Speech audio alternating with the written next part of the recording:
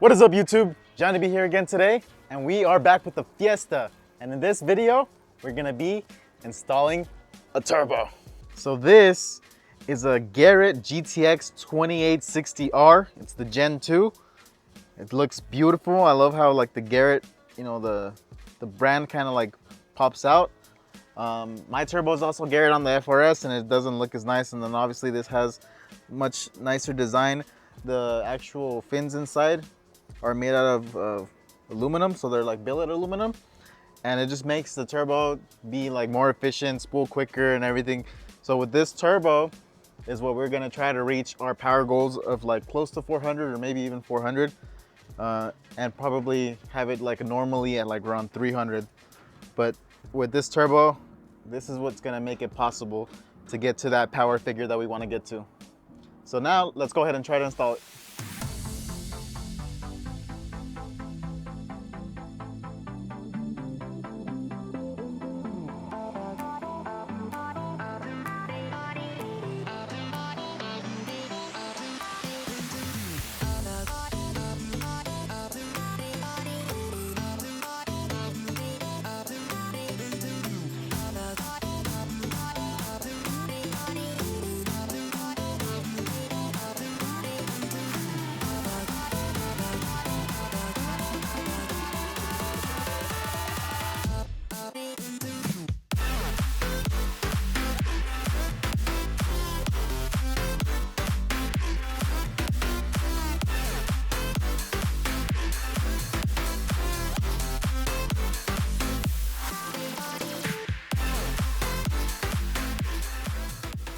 So while we're at it trying to remove the turbo, I figured I'd show you guys another little mod that we're going to be doing also at the same time as the turbo, which is the downpipe. As you guys know, this is the factory downpipe. It comes with the cat already included in it, and it doesn't look nice, and then it restricts a lot of power. So we went ahead and got this one, which is a 3-inch, straight 3-inch. I looked on the market for all kinds of downpipes for the Fiesta, and a lot of them were bottlenecking, which means that they would be coming out at 3-inch, and then all of a sudden they drop down or like step down to like a 225 or 2.5. And what I wanted for this build was to have a straight 3-inch downpipe. So the issue with this one is that it has the cat, which already causes a lot of restriction. But if you measure the head of the downpipe, it's 3.25 inches. And then right here, right after the cat, it bottlenecks at 2 inches. So you literally have all this exhaust flow, and it just gets restricted right here in this area, and then it bottlenecks here. And it just basically, you're losing a lot of power from that. So that's why we decided to go with an upgraded downpipe, which is a full 3-inch stainless. This is gonna free up some of that and, you know, make sure that the exhaust is flowing very well. And then obviously on top of that, we swapped over the oxygen sensors from this side to that side.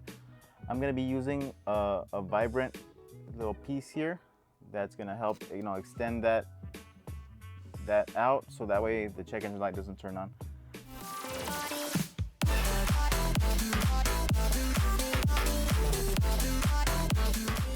All right, guys, so we finally got the factory turbo out. We have the new one that's going in, and right away you can see all kinds of differences.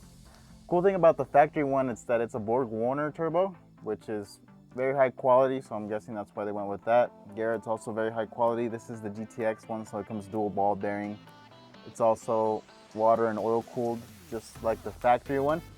The main difference is that this one has the blow-off valve already integrated into the turbo, as this one does not, so we're gonna have to run an aftermarket blow-off valve.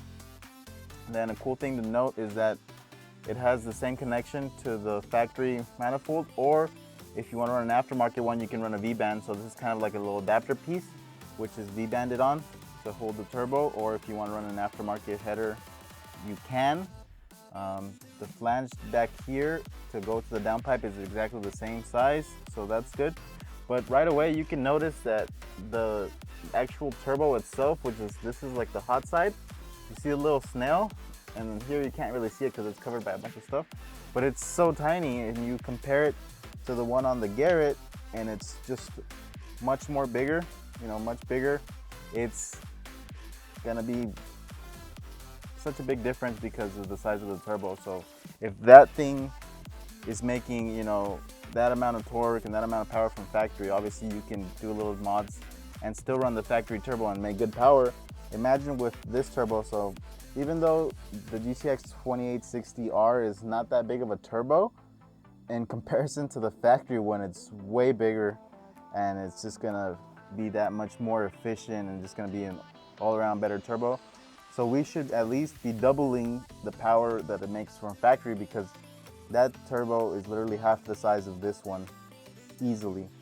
So it's cool to see that this is a big turbo for a Fiesta, even though it's still small, but in comparison to the factory one, there is a big difference. Right away you can tell on the way that the blades on the inside for the exhaust and on the inlet much bigger than the ones on the factory ones, and it's just overall looks great. It's cool to see the difference between these turbos. You know, this one you can't really see the fan blade, but I'm pretty sure it's small comparison to like the little hole that's going in here, when this one's much bigger. It's just, and the cool thing about it is that it fits in the stock location. So even though it's bigger, we're still gonna be able to put the factory heat shield. It's still gonna bolt on to the OEM manifold. The downpipe's still gonna be working perfectly with it. Like, there's no compromise. Like, you put a bigger turbo in there and sometimes you can't, it doesn't fit properly. You can't put the factory heat shields on or anything like that. But with this turbo you can, which is one of the benefits of running this kit in your car, because if you go any bigger, you're gonna have to be sacrificing space. You're gonna have to be sacrificing that you can't run the factory heat shields to keep, you know, the heat out of the cabin. But with this one, it's gonna bolt on just like if it was a factory turbo, and most of the time people are gonna look at it and they're gonna think it's stock, but this, once they see the power it's making and the way it pulls, you're gonna be able to tell the difference.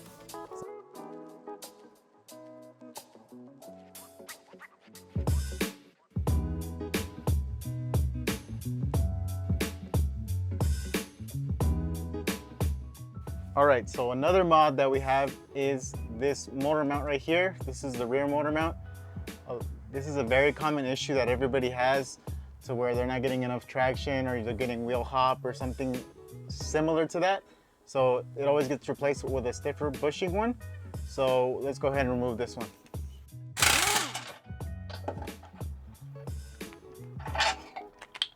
There we go, it's out. It was only actually 4 bolts. I had already removed the other 2 from when we needed the engine to get out of the way so we could put the turbo on. So the new one is actually a much nicer model. It's made out of full billet aluminum. As you can see here, it is very, very nice. And then we have a little piece that goes on it, and it even says Boomba. So it's like a full billet aluminum piece that just looks so good, and it will perform just as good.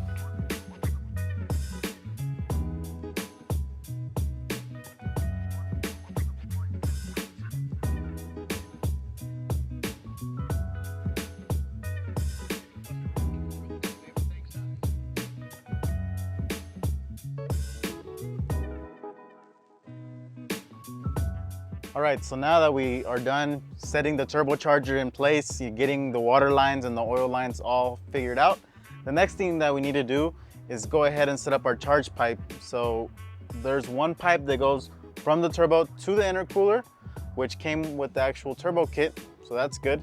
And then there's the one that goes from the intercooler to the engine, or to the intake manifold, that is really bad looking, and it's made out of plastic, and it's got, you know, some rubber hoses. It's got a sensor that goes here and like another connection. And this is the pipe that has the symposer on it. So a lot of people, what they do is they buy little symposer deletes to completely eliminate that, because it causes a boost leak and people don't like the fake noise. So most of the time they delete it. Or what you can do also is replace the whole pipe, which I have here. So you can see, same exact pipe. All we did was go ahead and gold tape wrap this one. You guys know I have this tape on my FRS. This is just to kind of like get the heat away from the pipe, and it looks cool. So if you notice up towards the top, the Composer actually gets deleted, that little extra hose up at the top, and that's what most people want to do. But if you notice in the dead center, we have a tile blow-off valve, which is the tile Q, and this is the same exact blow valve that I have in my FRS. I love the noise. Everybody swears by them. They're super high quality. It looks so good. So now this is gonna be the blow-off valve that we're gonna be running. No more stock blow-off valve. Obviously, when you upgrade the turbo, you don't have the blow-off valve that goes mounted to the turbo. So you need to go ahead and get an aftermarket one. So we decided to go with the CPE, which replaces this other charge pipe that we needed, but it also comes with the blow-off valve, so it's a win-win for us. And then not to mention the Composer delete, so it's like 3 wins in 1. So this was a pretty good deal in my opinion, because you could save yourself on a blow-off somewhere else, you could save yourself on the Composer delete, and you can save yourself on just buying just the actual pipe itself that's just like bare. So this is gonna not only increase performance because it's a little bit bigger diameter, but it'll hopefully also keep the engine temperature, the air temperature that goes into the engine a bit cooler. And obviously the blow-off valve is gonna be like right there before the engine, so that's where you want it to be. So let's go ahead and install this.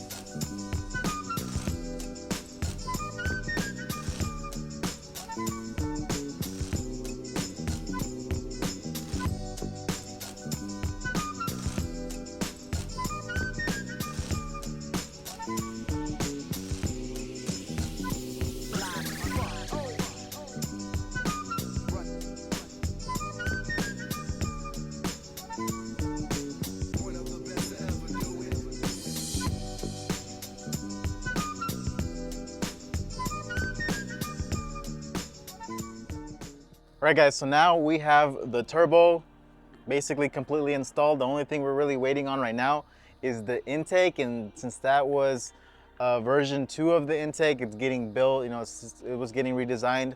They're making pre-orders, so that's gonna be here hopefully within the next week.